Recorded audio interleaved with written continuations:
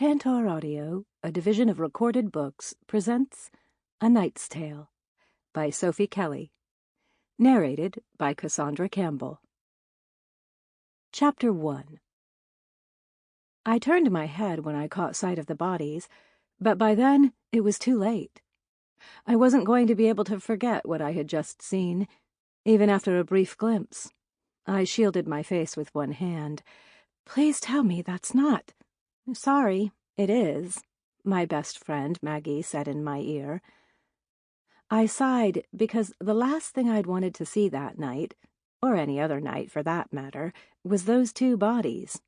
Mary Lowe, who worked with me at the library, and Sandra Godfrey, who was my mail carrier, both dancing on the T-shaped stage of the brick in black satin and possibly peacock feathers.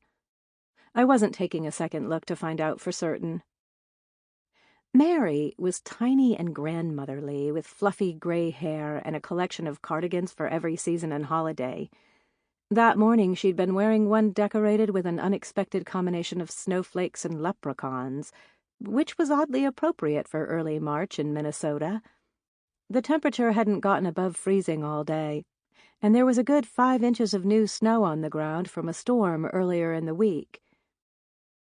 Mary may have looked like the stereotypical cookie-baking grandma, and she was, but she was also the state kickboxing champion in her age group, which was why every teenage boy who came into the library remembered to say please and thank you, and never wore his baseball cap backward in her presence, at least never more than once.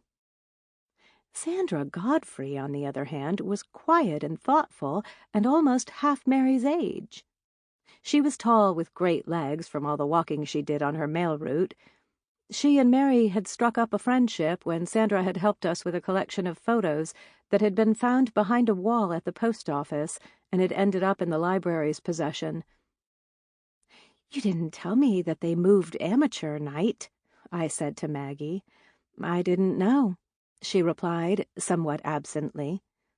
She was staring in the direction of the stage, a slight frown creasing her forehead, green eyes narrowed. "Do you have any idea where Mary got those peacock feathers?" "No," I said. "She didn't mention them." This wasn't the first time I'd accidentally stumbled across Mary dancing.